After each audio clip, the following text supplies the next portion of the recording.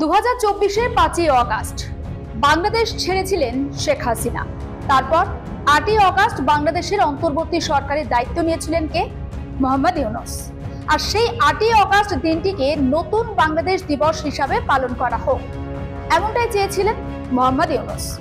যদিও শেষ পর্যন্ত সেই সিদ্ধান্ত থেকে পিছু হটেছেন ইউনূস। আর এর নেপথ্যে রয়েছেন জাতীয় নাগরিক পার্টির 3 প্রথম সারির নেতা সার্জিস আলম, হাসনাত আব্দুল্লাহ এবং আক্তার হোসেন।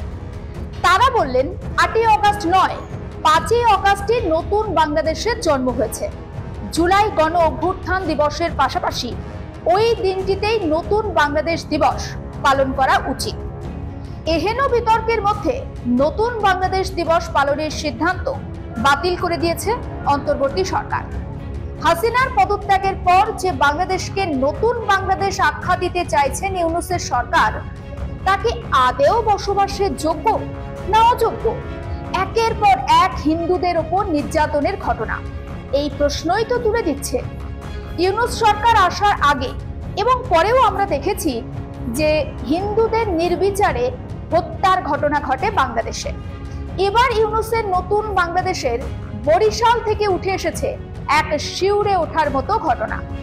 শনিবার ভোর রাতে বরিশাল ভোলা হাইওয়ে ধারে তালুকদারহাট এলাকা থেকে উদ্ধার হয় এক হিন্দু মহিলা।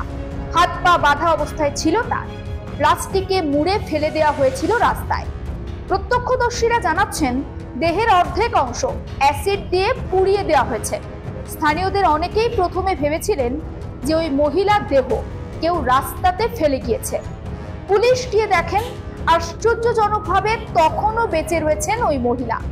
সঙ্গে সঙ্গে বরিশালে শের এ বাংলা মেডিকেল কলেজ হাসপাতালে তাকে ভর্তি করা হয়। বর্তমানে সেখানেই চিকিৎসাধীন রয়েছেন ওই নির্যাতিতা।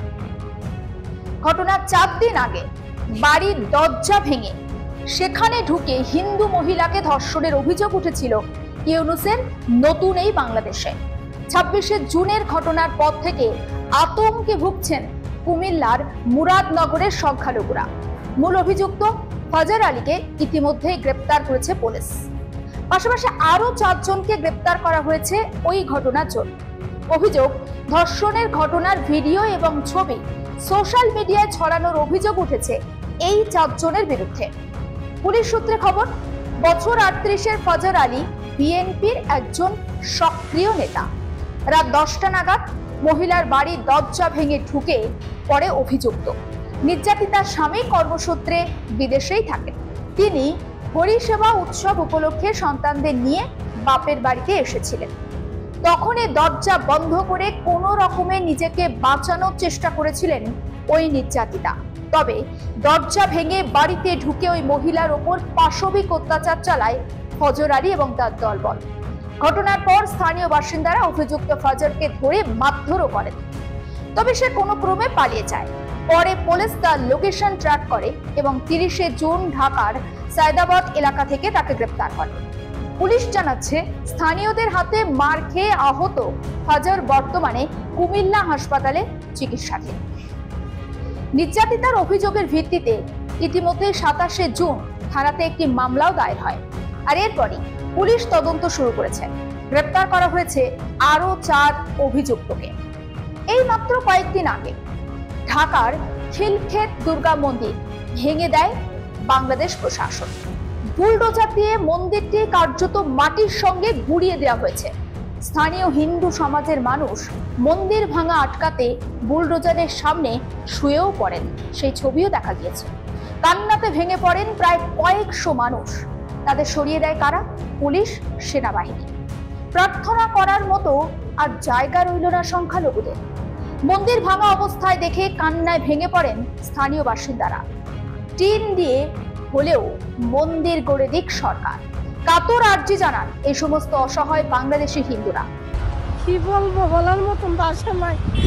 আমার অঙ্গটা জেলা যা, বুকটা জিরা যা, আমাদের প্রার্থনা করার মতন একটা জায়গা নাই। কি কষ্টটা দিয়েছে কারণে দেখাইতে পারতেছে না। তারা হাজার হাজার মন্দির মসজিদ থাকতে পারে, আমরা একটা মন্দির কেন থাকতে পারে না? আমার বোনটা সর্বক্ষণ বোঝা দিচ্ছে, অসুস্থ হয়ে গেছে, শরীরের যন্ত্রণায় সইতে পারতেছে না। কি করবো আমি?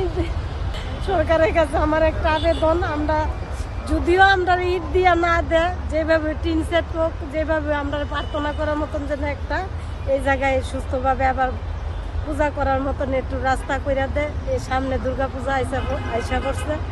সময় আমি আসতাম এই মন্দিরে, প্রায় প্রত্যেক সপ্তাহে এখানে আমাদের ধর্মীয় অনুষ্ঠান হয় এবং প্রতিনিয়ত মানুষ আসা যাওয়া করে। তো এখানটায় কোনো ধর্মীয় প্রতিষ্ঠান নাই আমাদের হিন্দুদের জন্য।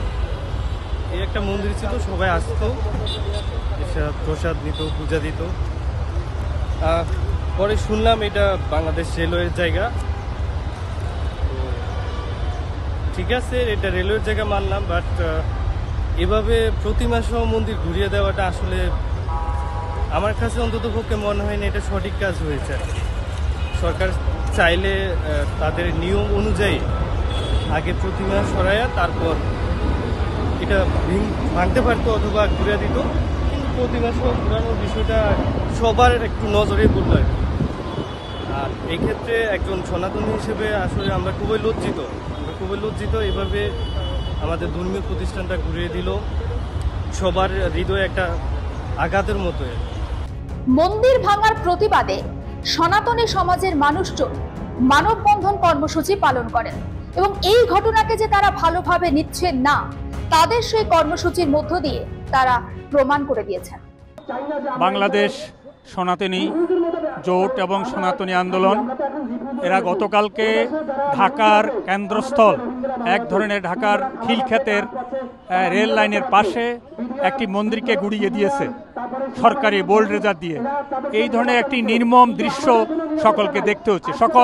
এই বিষয়টি সকলের মনে ভীষণভাবে দাগ কাটতেছে এবং গতকালকের এই ধরনের যজ্ঞ, এই ধরনের ধ্বংসাত্মক এবং হিংসাত্মক ধর্মীয় উন্মাদনাকে আমরা সকলে প্রত্যক্ষ করেছি এবং এর প্রতিবাদে আজকে সনাতনী সমাজ জাগরিত হয়েছে। তারা আজকে এখানে শাহবাগে এর প্রতিবাদ জানানোর জন্য একত্রিত হয়েছে।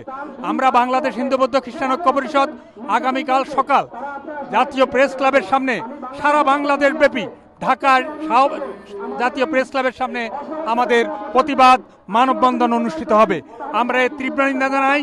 অত্যন্ত দুঃখজনক এই সরকার এই ধরনের ন্যাক্কারজনক ঘটনাগুলি ঘটিয়ে যাচ্ছে, কিন্তু সরকারের দিক থেকে কোনো প্রতিক্রিয়া আমরা লক্ষ্য করছি না। তারা দীর্ঘদিন থেকেই এই ধরনের ঘটনার সমূহকে মিথ্যাচার বলে তারা উড়িয়ে দিচ্ছে।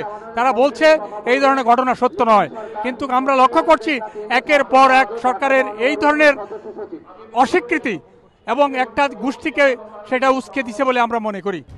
বাংলাদেশের আরো খবরের জন্য অবশ্যই আপনি নজর রাখুন আর প্লাস নিউজ ডিজিটাল।